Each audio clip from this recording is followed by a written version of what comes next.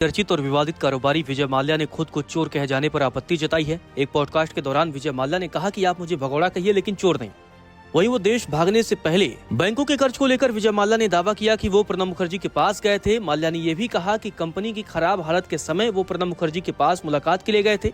2008 में वैश्विक आर्थिक मंदी का जिक्र करते हुए माल्या ने कहा कि इस बात से सहमत हूँ कि इसने 2008 तक हमारे पक्ष में काम किया। इसके बाद क्या हुआ आसान है।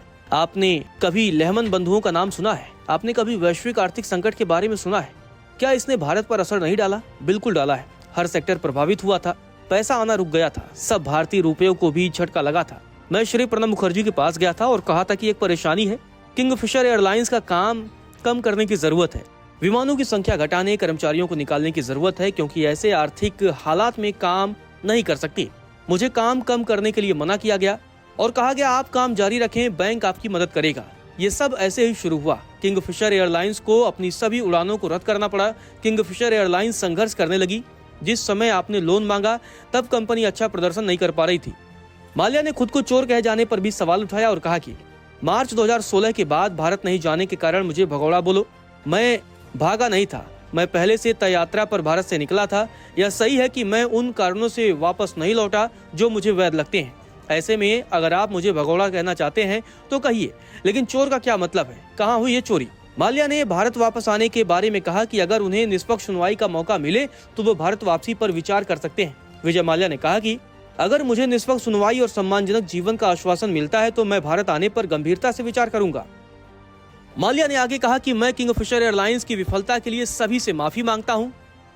उनका कहना है कि जो दिखाया गया उससे कहीं ज्यादा कठिन हालात थे। विजय माल्या ने देश छोड़ने की कहानी भी बताई। माल्या ने कहा कि एयरपोर्ट जाने से पहले मैंने तत्कालीन वित्त मंत्री अरुण जेटली से मिला। इसके बाद मैं दिल्ली से लंदन के लिए निकला। वहां से FIA वर्ल्ड काउंसिल मीटिंग के लिए जेनेवा जाना था, जो महीनों पहले से तय था। जब यह खबर मीडिया में आई तो तूफान आ गया। लोग अरुण जेटली के पास गए, उन्होंने इनकार कर दिया कि वो मुझसे मिले थे। एक कांग्रेस सांसद ने हमें देखा था, उसने मीडिया को इस बारे में बताया। फिर जेटली को अपना बयान बदलना पड़ा। फिर उन्होंने कहा कि हाँ मिला था, लेकिन चलते चलते बहुत कम देर के लिए। मैंने कभी नहीं कहा कि मैं उनके ऑफिस गया था या उनके साथ चाय पी थी। मैंने बस इतना बताया था कि मैंने जेटली से कहा था मैं जा रहा हूं जेनेवा में FIA वर्ल्ड काउंसिल मीटिंग के लिए, मैं वापस आऊंगा। प्लीज बैंकों से कहिए कि मेरे साथ बैठे और सेटल करें। ये वाक्य कहने में कितना समय लगेगा? चलते चलते बात हो सकती है ना ये। पर उन्होंने पहले इनकार कर दिया और जब कांग्रेस सांसद का बयान आया तब उन्होंने भी अपनी बात बदल दी। विजय माल्या ने आगे कहा कि मैं अपने विदेशी सहयोगियों से बात कर रहा था ताकि बैंकों को उनके पैसे दे सकूं। मैंने ईडी के समन का जवाब दिया कि मुझे कुछ समय चाहिए, मैं पैसों का इंतजाम कर रहा हूं। मैं CBI के सामने पेश हुआ हूं और ईडी के सामने भी पेश होऊंगा। लेकिन उन्होंने क्या किया? उन्होंने मेरा पासपोर्ट रिवोक निरस्त कर दिया। अब मैं यात्रा कैसे करता? अगर ऐसा नहीं होता तो बहुत सारी चीजें अलग होती, लेकिन बिना पासपोर्ट आप कहाँ जा सकते हैं?